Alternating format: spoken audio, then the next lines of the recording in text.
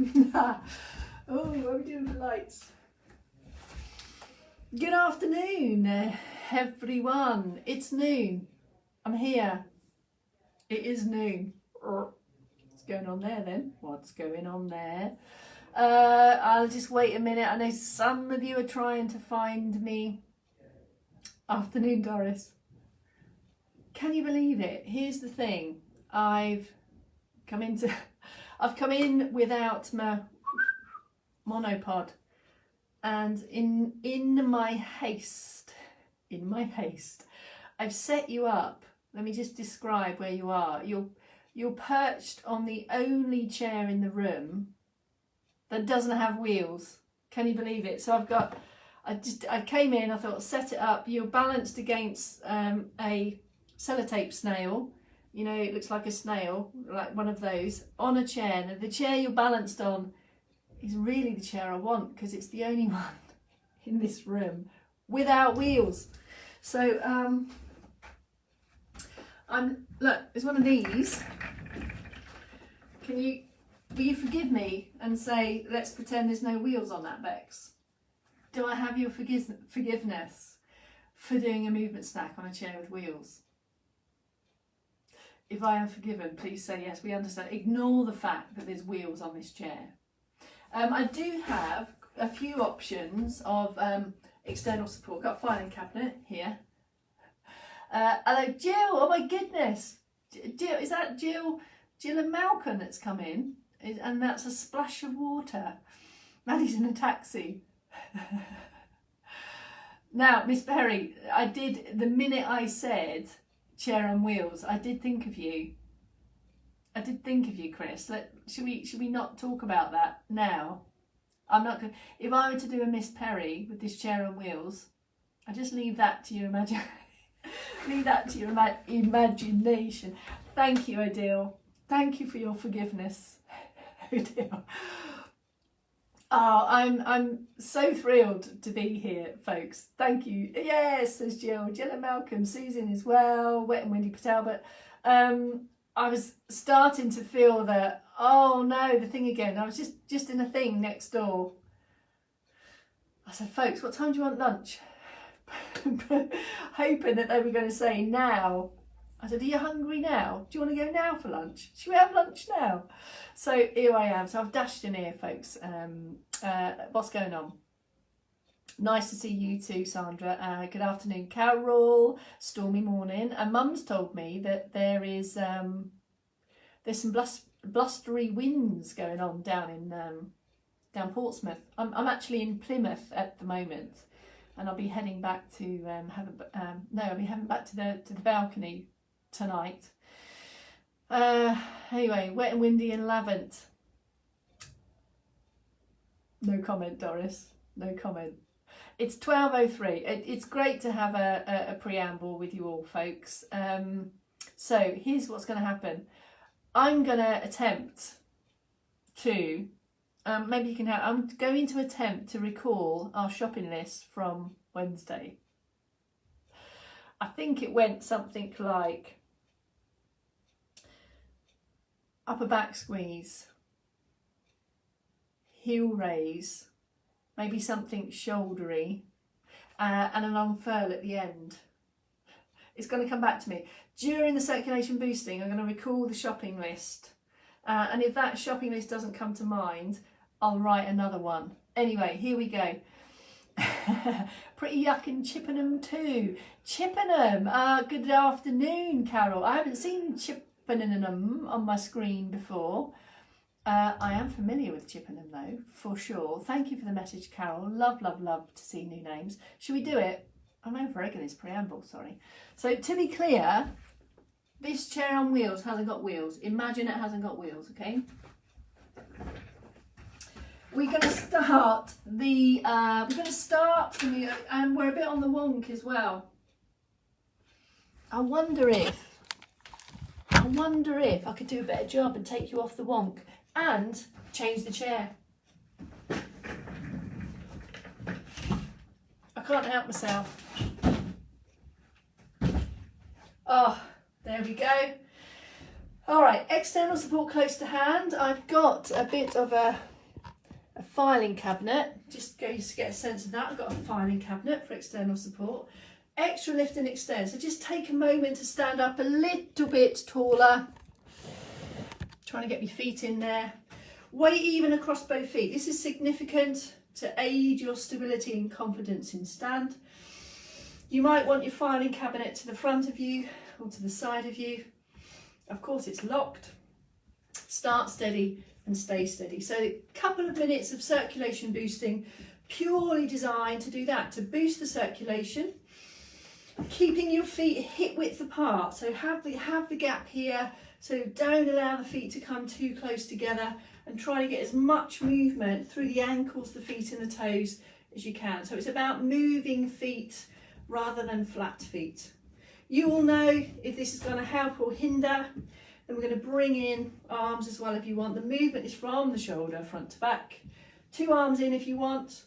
Or you might decide to take a wider base of support for better balance and then go slower and bigger on the top end. These are all of your options. This is just a couple of minutes to activate your posture muscles, boost the circulation, get the shoulders moving. Here's your seated options as well, if you would like. Into hip walk forward, so that active sit position, out of slump, into active, and there's your options for sit. So you've got your arm march, diagonal arm march is also an option. If you are working towards coming up to stand or spending more time in standing activities, involve your feet also in this circuit boost. So bring them back a bit. Foot mobility first, just raising the heels. You'll feel all of that activity around your calf muscles here. Take that into a steady low march, rhythmical, not so slow that it becomes laboured, not so quick that you can't control it. It's just steady, doable, comfortable, achievable. And then you might want to bring it all together.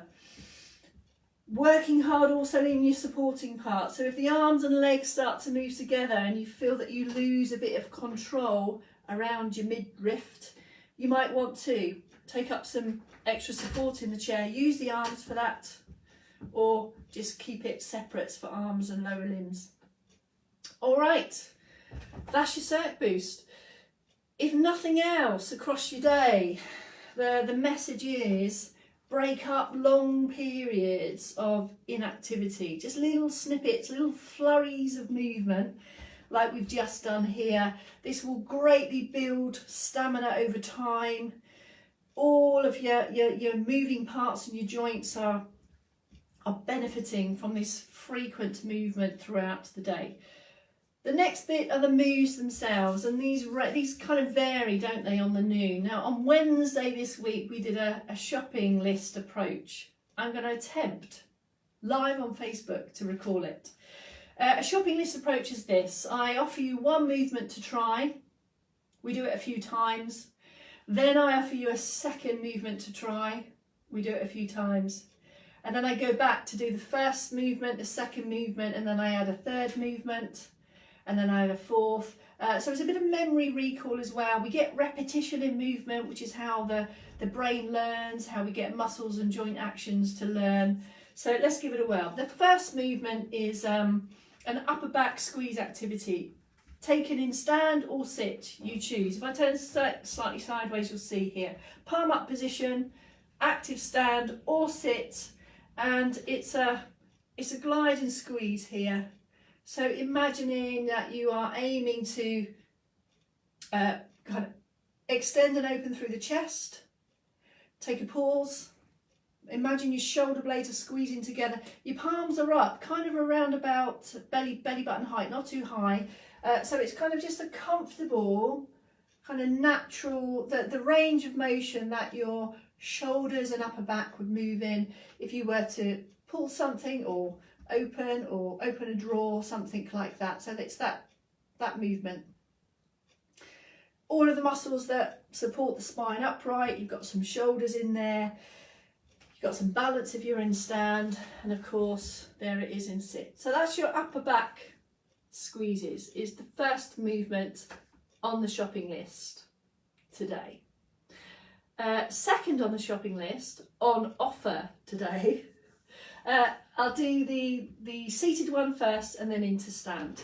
So it's a leggy one that involves the calves and your feet mobility as well. So step back a bit. And it's a heel raise and a lower. But you can take some slow ones or you can take some quick ones. Entirely up to you. Because we need speed of foot in daily life also. So although slower and with control generally brings more strength type results, we also need a little bit of quickness in our day for balance reactions. Your standing option for this, I'm going to suggest,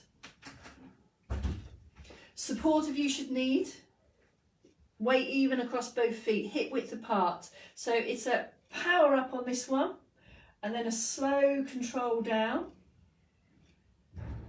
Use support here to get that strength focus. If you'd like some quickness and a little bit of kind of bone impact as well, you can take some control. Oh dear, what's going on? Slow connection massage. I have to keep going regardless, and I hope it all goes all right, folks. What was I on? I was on heel raises. Sorry for the interruption to the shopping list. Heel raises with the second move. Let's go back to the beginning then. First movement was upper back squeeze, couple of those. Full range, comfortable range of motion for you. Followed by the heel raises, either power up and slowly down, or some controlled heel drops with a bit of pace. Same option in sit, of course. Slow and squeeze or quick.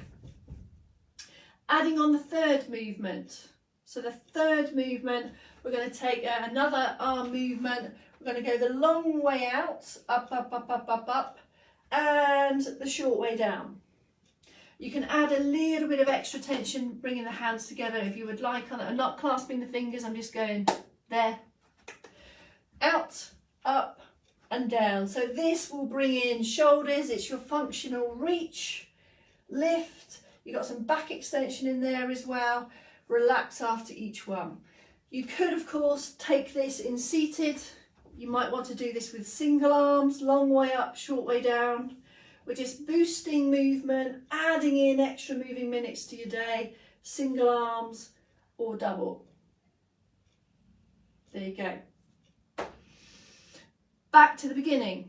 The first movement was upper back squeeze. 1, 2 or 3 of those, you choose as many as you want, but make it quality, not quantity. Then we have the heel raises as the second movement on the list. Heel raise, slower down or with a bit of pace. Same in stand, power up and slowly down or add some heel drops. Third movement was the functional reach. Long way out, short way back. Long way out, short way back. There you go. And our fourth movement, adding in a fourth one for this, I'm going to add in here the arm sequence and unfurl. Have a look at this. So it's kind of an arm montage within the shopping list.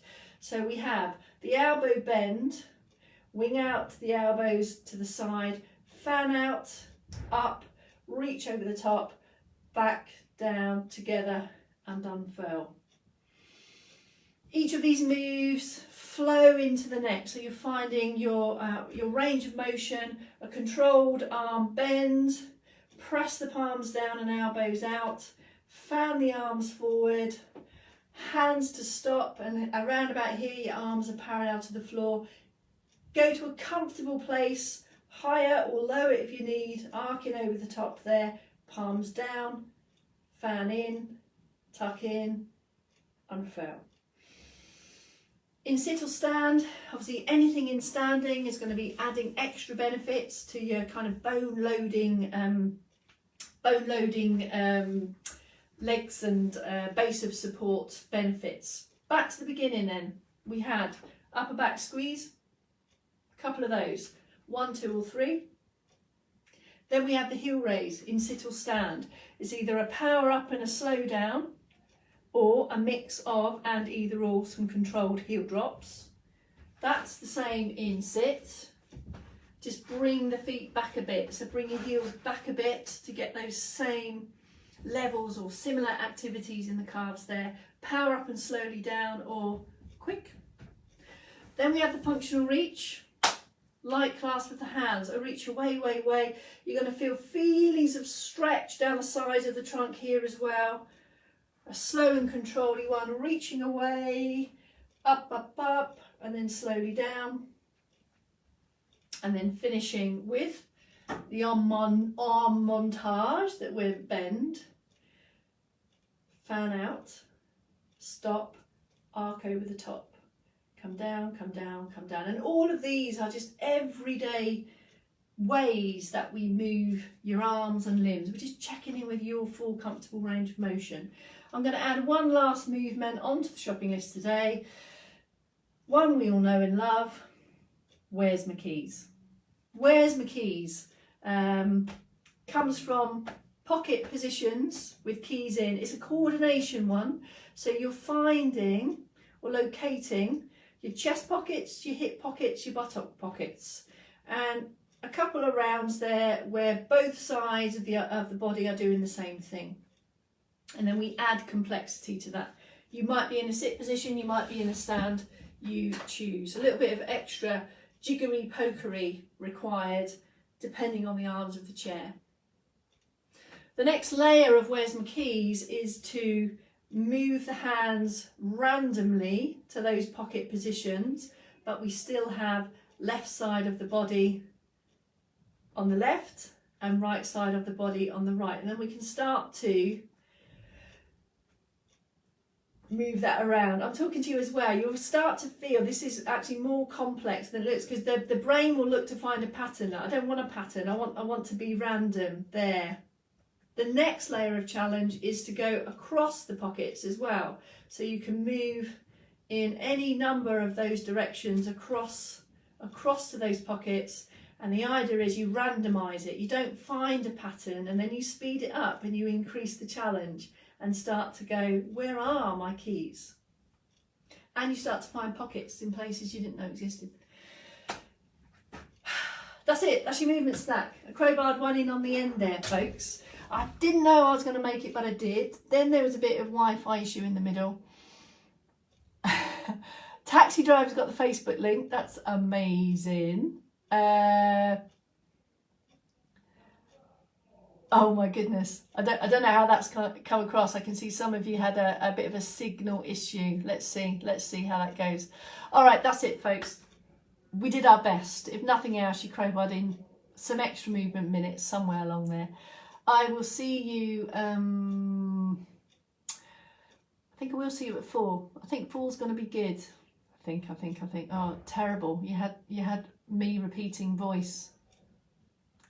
Dear. Can't imagine what that sounds like. You want to live with it.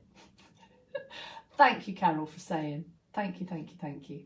All right, go on into your day. Keep moving more frequently. It's all good. Every single moving minute is beneficial. Pockets was fun. Is that the first time you've done Where's My Keys, Carol? Right, I'm going before the